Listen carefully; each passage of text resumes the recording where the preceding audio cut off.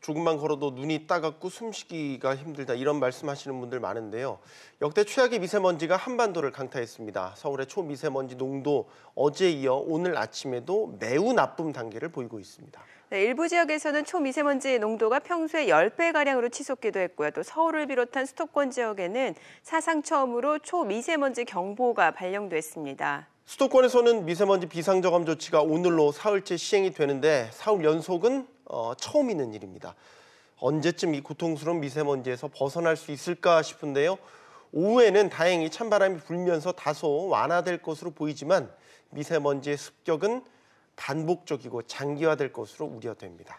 오늘 이슈 진단에서는 미세먼지의 정확한 원인과 또 현재 시행되고 있는 대책의 실효성, 또 우리 경제에 미치는 파장까지 자세히 들여다볼 예정입니다. 먼저 도움 말씀 주실 분 오늘 박연미 경제평론가입니다. 어서 오세요. 안녕하세요. 안녕하십니까. 네.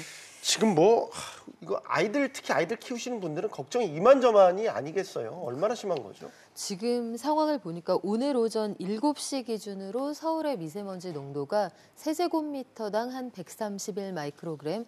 그런데 제가 방송 직전에 확인을 해보니까 네. 농도가 조금 높아졌더라고요. 아, 높아졌어요? 네, 서울이 한 147, 경기도 이천이 198까지 올라갔는데 지금 방송 직전에는 다시 또 어떻게 조정이 됐는지 모르겠습니다. 제가 지금 확인해 보니까 199까지 미세먼지는 네. 농도가 올라갔습니다. 어제 밤도 사실 상황이 아주 심각했는데 우리가 중국 얘기 많이 합니다만 인도도 미세먼지 농도가 정말 심각하거든요. 네. 인도의 경우에는 연말에 폭죽 터트리고 이럴 경우에 2000까지 올라가는 나라예요. 평소에도 한 500에서 600을 오가는 나라인데 어젯밤 10시 기준으로 제가 인도 주재원하고 통화를 해보니까 델리의 농도가 그 세제곱미터당 145 정도 됐거든요. 그런데 서울의 농도가 190을 넘었으니까 아이고. 서울이 미세먼지로 인도 델리를 이겼습니다. 그렇군요. 사실 지금 눈으로 보이는 거는 이제 미세먼지 농도라고 합니다. 그런데 이게 눈으로 봤을 때 이 정도 심각하면은 초미세먼지는 눈으로 보이지 않는다라고 하는데 그럼 초미세먼지 농도도 굉장히 심각하다고 볼 수 있겠죠. 완전히 정말 지금은 대책이 없는 상황이에요. 어제 퇴근길 그리고 오늘 출근길 보셨겠지만 시야가 너무 답답해서 운전하기가 어려울 정도입니다. 출근하는데 퇴근하고 싶은 마음이 들 정도이더라고요. 한밤중처럼 깜깜했는데요. 미세먼지 농도 그리고 초미세먼지 농도가 아주 심각한 상황이어서 비상저감 조치가 지금 사흘째 진행이 되고 있잖아요. 네. 서울 이외의 7개 시도에서도 이틀 연속으로 비상저감 조치가 시행이 되고 있습니다. 자, 앞서 이제 평론가께서도 이제 현재 미세먼지 상황 짚어주시면서 비상저감 조치 얘기했죠. 이런 대책들이 얼마나 효과가 있고 실효성이 있을지 좀 더 구체적으로 이야기 나눠보겠습니다. 연세대 환경공해연구소 임영욱 부소장 전화 연결되어 있습니다. 안녕하십니까? 안녕하세요. 네, 안녕하십니까? 네. 지금 이 최악의 미세먼지 원인을 따져보자면 저희가 어디서 찾아야 되겠습니까? 원인은 여러 가지가 있습니다. 이게 복합적으로 지금 발생된 상황이기 때문에 일단은 국내 발생되고 있는 먼지의 원인들이 꽤 많이 있고요. 거기에 이제 중국에서부터 유입된 오염물질들이 합해지면서 현재 상태를 유지하게 된 거라고 이해를 하시면 될 것 같습니다. 예. 네. 중국 원인이 크다 혹은 국내 요인이 더 크다 논란도 많습니다. 네. 어떤 것이 더 큰 요인이건 간에 복합적인 거라면은 따로따로 좀 접근을 해볼 필요가 있을 것 같은데 먼저 중국 쪽 요인부터 좀 짚어보도록 하죠. 이 부분에서는 좀 무력해지는 것이 좀 사실입니다. 중국발 미세먼지 심각성 어느 정도로 보십니까? 이게 시기에 따라 물론 다른 거고요. 항상 중국으로부터 미세먼지가 우리나라한테 오는 건 아니고, 그러나 이제 조사하는 시기라든가 상황에 따라서는 굉장히 고농도의 미세먼지가 이동돼 올 수도 있고, 또 그러다 보니까 결국 중국하고의 체제 문제라든가 지금 현재까지 되어 있는 여러 가지의 자료에 대해서 우리가 좀 더 신뢰성 있게 접근을 해야 될 필요성이 있는데, 공산당에서 내놓을 수 있는 자료들도 한계가 있고 또 우리 역시도 파악할 수 있는 부분들이 한계가 있다 보니까 우리나라로 이동되는 것들을 기상현상에 의해서 해석하는 것과 일부 그 사람들이 내놓은 자료를 갖고 해석을 하다 보니까 현실적인 한계는 틀림없이 갖고 있어서 충분히 파악을 하기에는 굉장히 좀 어려움이 있다고 보여집니다. 그러니까 뭔가 데이터로 확실하게 중국한테 너희로 인한 피해를 우리가 보고 있다라고 할 수 있는 상황은 아닌가 봐요. 네, 지금 현재 상태에서 사실 이제 좀 냉정하게 말씀을 드리면 중국보다 우리가 조사되어 있는 결과나 내놓을 수 있는 것이 부족한 게 현실입니다. 그러니까 우리가 네. 지금 미세먼지에 대해서 국민적 관심이 높아진 게 2012년부터이다 보니까 사실 정부가 그동안 해왔던 여러 가지의 노력들이 사실은 좀 충분치는 못했다라고 보여집니다. 그러다 보니까 결국 이렇게 국제적인 문제가 발생이 됐을 때 국가에서 대응할 수 있는 여러 가지의 과학적 자료들이 좀 한계가 있다 보니까 중국하고도 굉장히 좀 논쟁에서 지금 약간은 충분한 어떤 우리 입장을 표명하지 못하는 현실적인 한계에 와 있다고 보여집니다. 이번에 내부로 우리 눈을 좀 돌려보겠습니다. 우리도 이제 미세먼지 심한 날에는 대책이라고 해서 이제 비상 저감 조치가 시행되지 않습니까? 오늘도 이제 시행이 되는데 어떻게 보세요? 이게 성과가 있다고 보시는지. 일부에서는 시민들 불편만 키운다. 그리고 뭐 안 하는 것보다 낫다고 하는데 좀 무책임한 건 아니냐. 뭐 이런 논란도 있었어요. 네, 뭐 그렇진 않고요. 그러니까 엄밀하게 말씀을 드리면 중국으로부터 미세먼지와 같은 오염물질들이 넘어온 건 어제 오늘의 일이 아닙니다. 그러니까 과거부터 계속해서 바람 방향이 맞으면 무조건 넘어왔던 것들이기 때문에 그 상태에다가 우리나라에서 발생시키는 것들로부터 발생될 수 있는 피해의 수준을 조금이라도 낮추려면 실질적으로 국내에서 우리는 우리 것들을 낮추는 노력을 기울여야 하는 것들이고요. 두 번째의 이유로 좀 설명을 드리면 지금 도시 생활을 하고 있는 서울 같은 경우에는 자동차에 의한 미세먼지의 발생률이 대략적으로 지금 뭐 여러 연구에 따라 다르긴 합니다만 한 35% 정도를 차지합니다. 그중에서 미세먼지를 발생시키는 주요 원인은 주로 이제 경유 자동차와 같은 것들이다 보니까 많이 알려진 주요 원인들부터 지금 현재 비상 조치에서 통제를 하는 것으로 전문가들하고 어느 정도 합의를 본 상태이라 효과적인 부분들도 어느 정도는 좀 있고요. 또 한 가지 생각해야 될 것들은 국민 스스로도 경유자동차와 같은 것들을 이용하면 내가 미세먼지를 만든다라는 인식들을 좀 더 고취시키는 데는 충분한 역할을 할 수 있기 때문에 이런 두 가지의 의미로 보면 효과는 어느 정도 있다라고 판단하시는 것이 맞을 것 같습니다. 알겠습니다. 근데 왜 우리의 대책들을 좀 짚어보다 보면 중국하고는 좀 비교가 되는 게 중국 같은 경우는 그 대책 자체가 뭐 전쟁을 방불케 할 정도로 대규모로 시행이 되고 또 보게 되면은 2년 동안 뭐 미세먼지 관련해서 2,100명의 공무원이 징계를 받았다라고 할 정도면은 사실 우리나라에서도 좀 강력한 규제라든지 대책이 필요한 게 아닌가라는 생각도 들거든요. 네, 뭐 아직 우리가 굉장히 부족하다라고 이해를 하시는 게 아마 현실적일 것 같고요.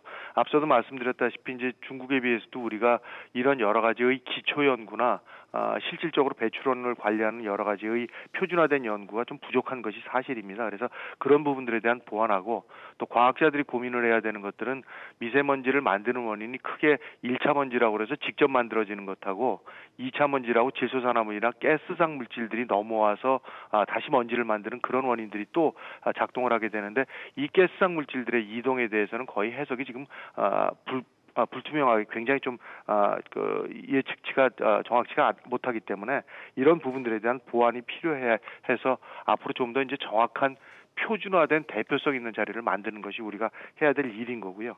앞서 말씀드렸다시피 미세먼지의 문제는 틀림없이 이제 중국이 가장 큰 원인으로 작용을 하는 것은 사실이나 국내에서 발생되는 것들도 충분히 우리가 좀 관리할 수 있는 시스템 그리고 국민 스스로도 이런 것들의 원인으로 우리 스스로도 작용되고 있다라는 부분에 대해서 좀 더 경각심을 갖고 국민들하고 화합된 어떤 정책적인 방향의 그 대책들을 가져나가는 것이 필요하다라고 보여집니다. 네. 자, 오늘 말씀 잘 들었습니다. 잘 들었습니다. 예, 감사합니다. 네, 임영욱 부서장과 전화 연결해 봤습니다. 자, 전화 연결 뭐 들어보셨잖아요. 그러니까 비상저감 조치가 효과가 없는 건 아니다라고 얘기를 해주셨고 여러 가지 이제 연구가 부족한 부분, 현실적인 부분들을 짚어주셨는데 저는 그냥 일반 시민 입장에서는 체감하지 못하겠어요. 그게 문제인 것 같아요. 그러니까 시행해서 뭐가 나아졌냐라고 본다면 물론 전문가들은 뭐 당연히 이제 필요한 조치라고 이제 말씀들을 하시지만 그만큼 당장 눈에 띄는 대책은 뾰족히 없다라는 게 현실 아닌가 싶어서요. 그렇죠. 그게 사실 정부도 가장 고민인 부분인데 날아오는 미세먼지를 어떻게 박을 방법이 없고 국민들이 어찌됐든 생계를 위해서 운행하는 자동차를 모두 못 다니게 할 수도 없는 노릇이란 말이에요. 하지만 지금 그 전문가께서 말씀하신 것처럼 우리가 할 수 있는 건 뭐라도 해보자. 이게 정부의 입장입니다. 네. 할 수 있는 것부터 차근차근 해나가자. 그래서 첫 번째로 나온 조치가 노후 경유차가 미세먼지 심한 날 수도권에 다니지 못하게 하자 이런 내용인데 이게 안타깝게도 과태료까지 물린다고 했음에도 불구하고 저는 출근길에 이미 몇 대를 봤거든요. 예. 그러니까 적극적인 동의와 협조 그리고 약간의 불편함에 대한 감수가 국민들 스스로도 필요한 부분이에요. 사실 이렇게 우리가 자발적으로 할 수 있는 대책이라고 하면 이제 마스크를 쓰는 것 정도 아니겠습니까? 그런데 네. 이 마스크도 사실 일회용이라고 하더라고요. 그리고 가격도 만만치 않은데 이런 부분을 조금 정부에서 지원해 주는 건 어떨까요? 그게 국민들의 여러 가지 주장 중에 한 가지인데 뭐 개인적으로 생각하기에는 의료보험 대상으로 넣는 것도 한 가지 방법이 될 수 있을 것 네. 같습니다. 지금 뭐 아이 키우는 분들뿐만 아니라 지난 일요일을 기준으로 보면 사람들이 이걸 생필품으로 느끼고 있구나 이런 생각이 들더라고요. 편의점 매출이 8배나 늘었다고 하니까요. 이제 쌀 사서 쟁여두는 것처럼 마스크 사서 쟁여두는 시대가 되었으니 이게 결국은 1급 발암물질이라고 하는 초미세먼지를 막자는 용도이잖아요. 이 부분은 제도 안으로 집어넣는 것도 정부가 이제 적극적으로 검토해 볼 시점인 것 같습니다. 네. 자, 그럼 이렇게 심각한 미세먼지가 얼마나 더 이어질지 저희가 기후 전문가 연결해서 좀 이야기를 들어보도록 하죠. K웨더 반기성 센터장입니다. 안녕하세요. 네, 안녕하세요. 네. 자, 이 미세먼지가 도대체 언제까지 계속해야 될지 이제 일상으로 우리가 계속된다고 봐야 되는 건지 어떻습니까? 우리나라 이제 겨울의 대표적인 기상현상이 3월 4월이죠. 네. 3일은 춥고 4일은 따뜻하다는 건데 이제 이 말을 바꿔서 3일은 춥고 4일은 미세먼지로 고통받는다 이렇게 바뀌었는데 우리나라 겨울에 추울 때는 바람이 강하게 불면서 미세먼지 농도가 낮아져요. 그러나 이번 경우처럼 이동성 고에 영향을 받게 되면서 따뜻해지게 되면은 중국의 미세먼지가 유입되는 데다가 바람도 약하고 대기가 안정해지면서 미세먼지가 확산되지 못하고 우리나라 상공에서 정체하면서 농도가 올라가죠. 그러니까 올 이런 겨울 같은 건 앞으로도 이런 식으로 기온 변화 계속 있을 거란 말입니다. 따라서 뭐 오늘도 일단 오늘 오후서부터는 일단 미세먼지는 좋아지는데 왜 그러냐면은 북서쪽에서부터 강한 시베리아 고기압이 내려오면서 바람이 강해지기 때문에 그렇거든요. 그러니까 이런 겨울 패턴들이 주기적으로 바뀌어 나간다면 결국 미세먼지는 이제는 일상화되는 것이 아니냐 저는 그렇게 생각을 합니다. 네. 미세먼지 일상화. 사실 지금 이제 대기 정체가 되면 더 심해질 수밖에 없는 상황인데 그러면은 뭐 자연적으로 비가 온다거나 하면은 좀 미세먼지가 농도가 좀 완화될 수도 있다라는 기대를 해볼 수 있지 않을까 싶기도 하거든요. 네, 그렇습니다. 미세먼지가 낮아질 수 있는 조건은 기상 조건은 바람이 강하게 부는 것 하나, 두 번째는 비나 눈이 내려가서 이 세정 효과가 있는 것이죠. 그런데 뭐 최근에는 거의 수도권 쪽으로는 이 기압골이 통과하고 있지 않거든요. 또 당분간 중부지방으로는 뭐 비 소식도 없고요. 따라서 일단 뭐 중부지방, 그러니까 서울을 포함한 수도권 쪽에서 미세먼지 농도가 낮아지길 기대하는 것은 결국 바람이 강하게 부는 것 외에는 뭐 특별한 방법은 없어 보입니다. 네. 올 겨울이나 또 봄에 황사 또 올까요? 어떻습니까? 일단 올해 봄에 황사가 평년보다는 좀 더 많이 찾아오지 않겠나 그렇게 예상이 되는데 왜냐하면은 지금 중국의 그 황사가 발원하는 지역에 거의 비가 내리지 않았고요. 또 네. 기온이 평년과 비슷하거나 좀 다소 높아요. 이럴 경우에는 황사가 많이 발생을 하거든요. 다만 이제 황사가 발생할 때 우리나라로 날아올 수 있는 기압 배치가 만들어지느냐 이게 좀 관건이긴 할 것 같은데 지금처럼 이렇게 기온의 진폭이 큰 날씨가 계속된다면 일단 봄철에도 황사가 우리나라로 날아올 확률은 커지지 않겠느냐 그렇게 예상이 됩니다. 네. 지금 뭐 예보를 해주셨으니까 좀 여쭤볼게요. 우리나라 미세먼지 예보 수준은 어느 정도라고 볼 수 있습니까? 뭐 현재 우리나라 미세먼지 예보 정확도 한 68% 정도 보고 있죠. 기상청의 날씨 예보 정확도보다 많이 떨어지는데 이거는 뭐 당연하다고 저는 봅니다. 아직 미세먼지 예보를 시작한 기간이 얼마 되지 않았고 예측 모델도 굉장히 좀 약하고요. 또 예보 인력도 미흡하지 않습니까? 다만 이제 정부에서도 이런 거를 인식은 하고 있다는 것이죠. 환경부에서 예보 정확도를 올리기 위해서 인공지능을 활용한 예보 방법, 뭐 다양한 모델 구축 이런 거를 지금 하고는 있는데 뭐 하루아침에 바로 예보 정확도는 올라가지는 않겠지만 한 뭐 2, 3년 내에 상당히 상승하지 않겠나 그렇게 예상을 합니다. 네. 자, 오늘 말씀 잘 들었습니다. 잘 들었습니다. 네, 감사합니다. 네, K웨더 반기성 센터장이었습니다. 자, 이제 미세먼지가 우리 경제에 미치는 파장에 대해서 좀 짚어보려고 네. 해요. 일단은요, 앞서 뭐 마스크 얘기도 나왔지만 뭐 예를 들어서 공기청정기라든지 네. 이런 마스크부터 해서 환경 가전, 환경 제품들이 불티나듯이 팔린다라고 네. 하더라고요. 지난해 우리가 공기청정기가 한 250만 대 정도 팔렸거든요. 네. 네. 그런데 1년 전하고 비교하면 그 100만 대 이상 판매 대수가 늘었습니다. 음. 이제 공기청정기라는 게 완전히 필수 가전의 영역으로 들어갔다는 얘기고요. 시장 규모도 굉장히 커졌거든요. 네. 2016년에 관련 시장 규모가 한 1조 원 수준이었는데 작년에는 2조 5천억 원 수준으로 늘었다고 합니다. 결혼할 때 반드시 구입해야 되는 목록 안에 뭐 혼수 필수품으로 들어간 건 뭐 물론이고요. 관련해서 소위 낙수 효과가 있었던 것이 의류를 관리해주는 기기들, 미세먼지를 털어주는 기계들이죠. 그리고 먼지 많을 때 밖에다 빨래 널지 못하니까 건조기까지 덩달아 잘 팔리는 상황인데 네. 생활 패턴을 완전히 바꿔놓고 있는 거예요. 그 학교나 아니면 회사 이런 곳에서 단체 이벤트, 소풍, 야유회 이런 것들 정할 때 이제 가장 첫 번째 기준이 비 오느냐 안 오느냐가 아닙니다. 먼지가 있을 것으로 보이느냐 없을 것으로 보이느냐 네. 그 정도로 여러 가지 스케줄의 변화가 있습니다. 네. 또 금융시장, 주식시장에서도 미세먼지 관련주가 있잖아요. 네, 이럴 때는 뭐 마스크 만드는 회사, 공기청정기 회사, 그리고 관련된 가전들, 손소독제 이런 거 파는 곳들이 좀 잘 나갈 수 있다. 뭐 이런 예상을 해볼 수 있는데요. 실제로 어제 장에서도 보니까 공기청정기 만드는 업체도 한 10% 정도, 그리고 마스크 만드는 업체들은 3% 안팎의 상승세를 보였습니다. 네.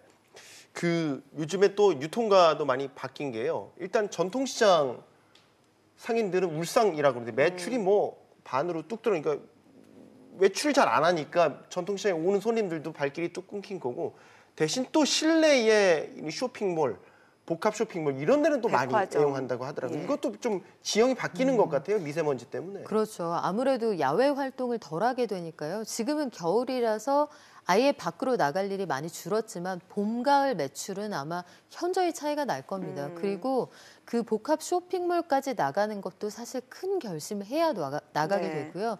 대개는 아마 온라인 쇼핑으로 돌아서시는 분들이 꽤 많을 거예요. 아, 네, 집에서. 그렇죠. 이렇게 되다 보면 이제 내수에는 결코 긍정적인 영향을 미칠 수가 없는 게 네. 기상청에서 끊임없이 얘기하잖아요. 가급적이면 나가지 마세요. 그런데 온라인으로 살 때는요. 물론 충동구매도 있겠습니다만 분위기, 그날의 환경, 내가 눈으로 보았을 때 쇼윈도를 통해서 느끼는 그런 느낌들이 배제돼 있기 때문에 아무래도 나가서 사람을 만나서 사용하게 되는 그 돈보다는 지출 규모가 좀 줄어들 수 있거든요. 그래서 유통가에서는 미세먼지가 심각할 때 대개 오프라인 쇼핑몰의 매출의 한 15%에서 20% 정도 하락하는 것으로 추정을 하고 있습니다. 네. 근데 우리가 그런 게 있잖아요. 그러니까 길거리 다니다 보면 요즘 마스크 쓰고 인상 네. 잔뜩 찌푸리고 그러니까 돈도 자꾸 돌아야 경제도 이제 활력이 넘치고 이렇게 되는데 미세먼지 때문에 잔뜩 웅크리고 빨리 집에 들어가려고 하는데 지갑을 열겠습니까? 그렇죠. 그러니까 경제가 전체적으로 좀 다운되는 것 같아요. 미세먼지 때문에. 내수에는 그래서 굉장히 직격탄이 될 수 있어요. 이게 지난해 봄, 가을 생각해 보시면 작년 가을 10월쯤에 날씨 한참 좋을 때 우리가 미세먼지가 깨끗했던 날이 며칠 안 되거든요. 가장 날씨 좋고 사람들 나가서 여행도 가고 밥도 사 먹고 해야 될 그 시점에 기상 상황이 좋지 않으면 내수에 도움이 될 리가 없는데 올해는 수출도 만만치가 않은 상황이란 말이죠. 그래서 올해 경기가 사실 상당 부분 미세먼지에 달려있다고 해도 과언이 아닙니다. 이러다가 미세먼지 경제학이라는 용어가 새로 출현하지 않을까라는 생각이 들 정도로 미세먼지가 이렇게 우리 경제에 많은 영향을 미치고 있습니다. 박연미 평론가였습니다. 고맙습니다. 잘 고맙습니다. 들었습니다.